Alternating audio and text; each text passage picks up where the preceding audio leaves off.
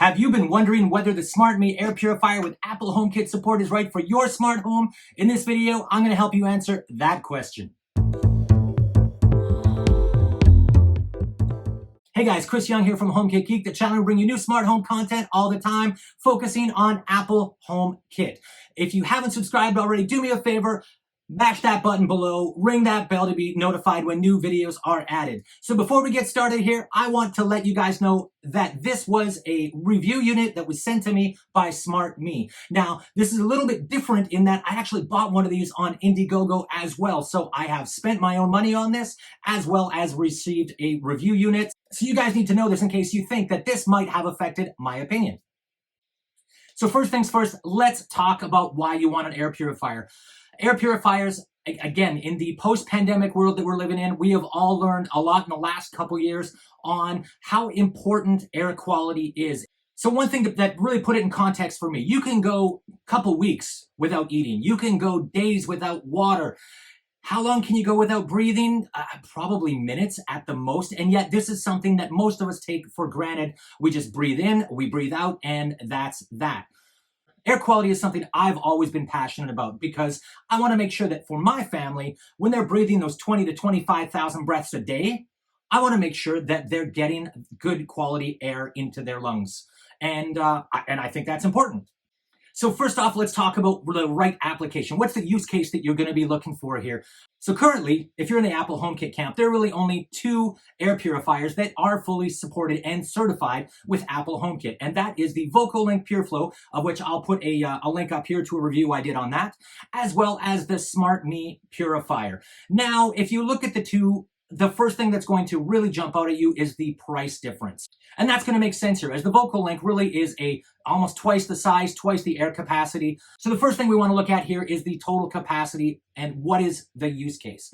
So the Smartmi is really a smaller room-sized air purifier, and this will do approximately 250 meters cubed in its clean air delivery rate. So what does that mean? That means it's going to clean kind of a smaller room. This isn't something you're going to be put into an open area, a large living room, and really get the best benefit for. Is it going to help? Absolutely. But is that what it's meant for? Maybe not. So really, if what you're looking for is an air purifier that is going to cover a large area, perhaps this isn't the best product choice for you. In my case, I picked up a couple of these because I'm using these in my kids' bedroom. So previously, I was using some Dyson air purifiers. And although they're great, they're actually not Apple HomeKit supported. And as I put in the video here, I'm trying to get everything into my Apple HomeKit home and have it natively supported. So the Smartmis were a really good choice to go in these smaller bedrooms in that they're very quiet. In fact, on a sleep mode, they're running as low, according to the datasheet at least, as 19 decibels. So as you can see here, the Smartmi is not that big of an air purifier. It's actually a decent size here with this nice little handle. Some of the other air purifiers, the larger room size ones, you're going to be putting that in a corner and it's done. Now, one thing I do want to point out, even though this has got this nice leather handle here, it's actually not battery powered. So you're always going to have to make sure that this has a spot to plug in. So the other thing to be aware of here is the filters that you can get with this. So right now, there are actually two different filters that you can get for the Smartmi Purifier. And that's something to be aware of, is that you're going to have to be buying these every year. This is not a one and done product. There is no reusable filters here. So that's something that's got to factor into your purchasing decision here. So as I said, there are two filters available here, and that is the Pollen filter as well as the Oder filter. Now, both of these are HEPA 13, which means these are medical grade filters.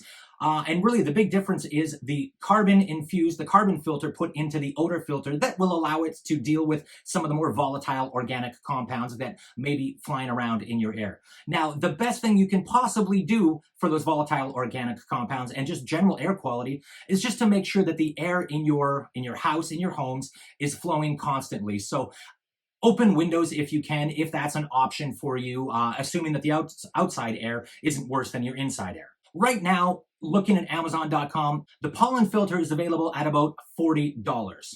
So from a smart standpoint, these are not a bad device. They actually have a PM2.5, so that is the laser sensor here in the back of it. And what that means is it's going to be able to track the dust in the air, the particulate matter, and be able to turn on in an automatic mode to spin up, spin down. So if you've got this in a kitchen, for instance, and you're cooking, you might find this going on and off.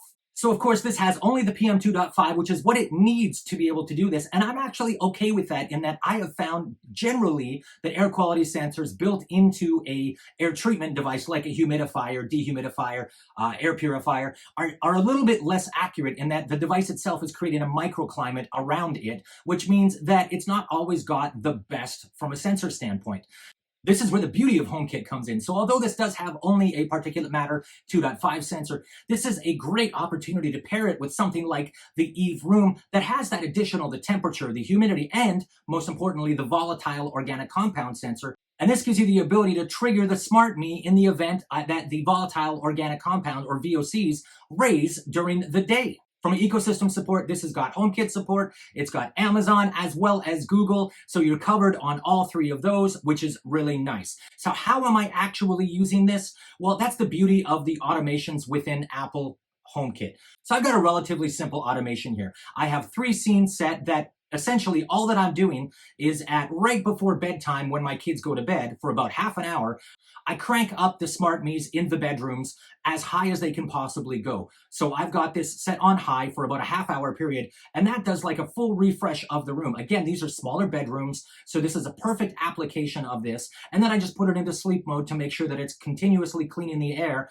as my kids are sleeping and give them the best sleep possible, especially at this time of year where there is pollen and other construction dust, all that kind of stuff in the air. As a parent, it makes me feel better that my kids are sleeping in the best possible environment. So from a sleep standpoint, one of the things I like to point out is the lights on these things. So from the Smartmi specifically, they've at least made the effort here to turn off most of the display. But as you can see, that power button continues to be illuminated even when the rest of the display is off. Now, I get why that is, but personally, I would prefer that I could completely turn that off. So in my case, I have no problem just taping over this, blacking it out, in that I'm really not going to use the manual controls here, in that everything I'm using it for is completely automated from my Apple HomeKit setup. Although this is a smart device, the Smartmi also has manual controls right on the top of it here, digital display, so you can quickly, easily see, just by looking at it, what's the current state of the air quality in the particular room that the Smartmi Air Purifier is in. So what are my final thoughts on the Smartmi Purifier? I've been really happy with this. It's worked flawlessly for the last couple months that I've had it running. I have been able to use the automations to kind of run that spruce up of the air of my kids' room before they go to sleep. Nobody's complained about it. The sound is relatively low enough. Overall, I've been really happy with the device. So there's really only a couple of things to be concerned about here, and that is number one, the filter life, which again, they say it should be about 3/4 of a year, but that's really going to depend on the air quality and how much it's running in your particular environment. So mileage may vary here. The only other thing which kind of does bug me is that power button that is on all the time, no matter what. I really wish I could just completely turn that screen off. Other than that, I've been really happy with it. And with that, we come to the end. So what do you guys think? Did I miss anything? Are there any questions that you would have liked me to answer? Do me a favor, post those in the comments below, and I'd be happy to get to those as soon as I possibly can. Thank you for your support. Subscribe if you haven't already. Share, likes, always appreciated. And we'll see you guys soon. At this point in the video, this is where YouTube should be giving you a video here or here that they think you might be interested in looking at next.